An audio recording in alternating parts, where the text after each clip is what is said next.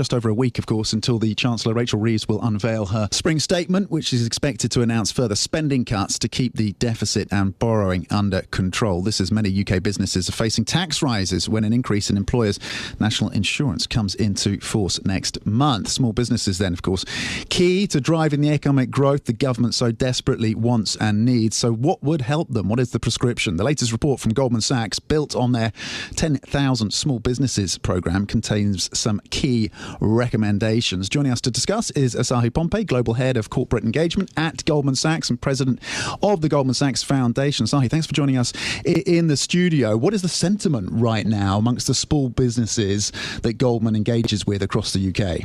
It's a combination of things, I'd say. I think it's sort of three emotions they're having. There's a fair amount of optimism about the environment and the road ahead. They're concerned about the uncertainty of policies from a macro perspective and what's going to happen there. And they're also committed. They're committed to bringing ideas forward. They've heard the government's call for ideas on growth, and they've put forth some key ideas that we're calling the growth agenda, 18 specific ideas from small businesses in the UK for small businesses in the UK as to what could propel growth. And we're really talking about that because we think that's a tremendous potential opportunity if we, frankly, listen to the small business community, because those closest to the problem are often closest to the solution. So, plenty in those recommendations for the government to look at, things like skills, calls we've heard before from business groups here in the UK. What's kind of the most important ones, the most important message these businesses want to try and send? I would say three things. One, access to capital. You need capital to grow your businesses, and what the small business community is asking for is effectively a summit. They want to bring together the small business community and match them with potential investors. Sometimes getting those connections is a bit of a plumbing issue to connect our small business community here in the UK with the investors that may want to contribute to their business. So they're asking, one, for a small business summit. The second thing they're asking for is talent. Lots of them that have open positions can't find individuals that are qualified for those positions. And they say what we really need is some changes to the UK educational system to teach entrepreneurship, how to read a spreadsheet, things like public speaking, time management, the skills that allows individuals to graduate and then be able to enter the business environment job ready. And so phenomenal educational system, but those tweaks our small business community is asking for. Okay. And the third one relates to AI. Small business community does not want to be left behind as it relates to AI. They're leaning in. Some of them are already using various tools. They report to me ChatGPT, Perplexity, Otter, and a number of other tools. But they would like to have a program where tech companies, UK government get together with small businesses and really help them chart that road forward. So those are the three very specific recommendations that we're hearing from the small business community. Okay, there's the near term, and then there's a longer term when it comes to education and ramping up those skill sets. What about taxes then? I mean, we talked about the national insurance burden. To what extent is the tax burden on the SME space within the UK a headwind, or are they able to navigate that? How much concern is there about that burden? It's a bit of both, right? Because our businesses, we have over 2,300 businesses that have graduated from the program. This is the 15th year that Goldman Sachs is doing the program. These small business owners employ 62,000 individuals. They're about 5.6 billion pounds of revenue. So really a substantial community. And so some of them, it really is a headwind. It's increased their costs, and they're concerned about that. And some of them have delayed their hiring or reduced their hiring as a result of it.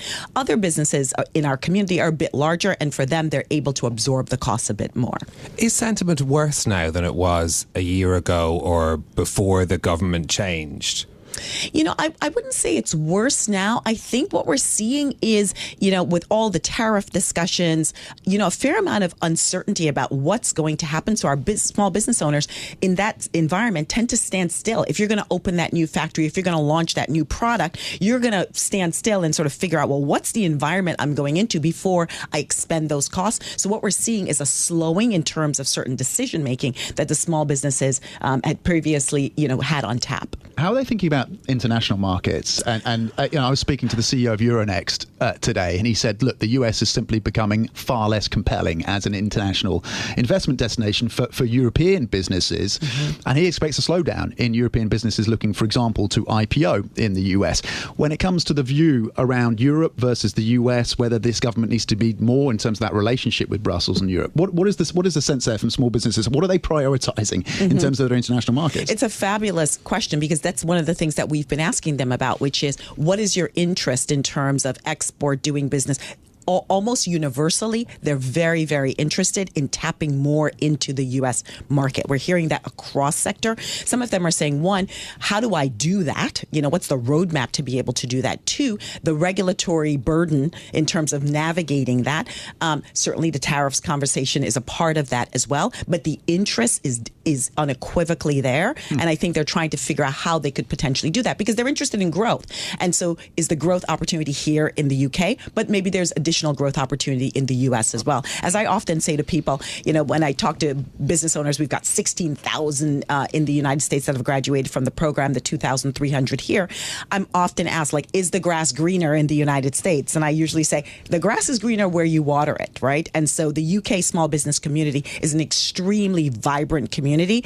And we just need to make sure that we're listening to them. And this growth agenda document that we've published really is their views on what it takes for them to be able to expand. It's interesting to hear that the policy conversation in the United States is being felt by businesses in that programme as well. When we spoke last November, it was just after the election, and we talked to you about another part of your job, which is Goldman's philanthropic work, and how things might change under the Trump administration. I just wonder what has changed for that part of your job since then? We really have not pivoted in terms of our philanthropic commitment. Our signature programs have been on small business and entrepreneurship, and that is steadfast. That is a bipartisan issue. It's an area that is concerned around the globe. We run this program also in France as well, and so that aspect of our programming has not changed at all. Does the Trump administration policies walking back some of the focus, for example, or taking, frankly, a hostile view on things like inclusion, diversity, when it comes to that workforce, is that having an impact at all as businesses kind of to look to that pretty dramatic policy reset? And we're seeing businesses adjust to that. We're not seeing the small business, certainly everyone's listening to it, hearing about it, but we're not seeing changes in the way that small businesses run their business, in the way that they hire. These are enterprises like a gym, a medical facility, a maternal health facility that really are committed to, how can I pay my employees? They usually pay themselves last. How do I figure out the regulatory landscape? How do I deal with the insurance tax? These are the kinds of issues that they're navigating. And frankly, they want the best talent wherever that talent is going to come from. Okay, Asahi Pompey, great to have you with us in studio. Thank you so much for joining us. Global Head of Corporate Engagement at Goldman Sachs and President of the Goldman Sachs Foundation.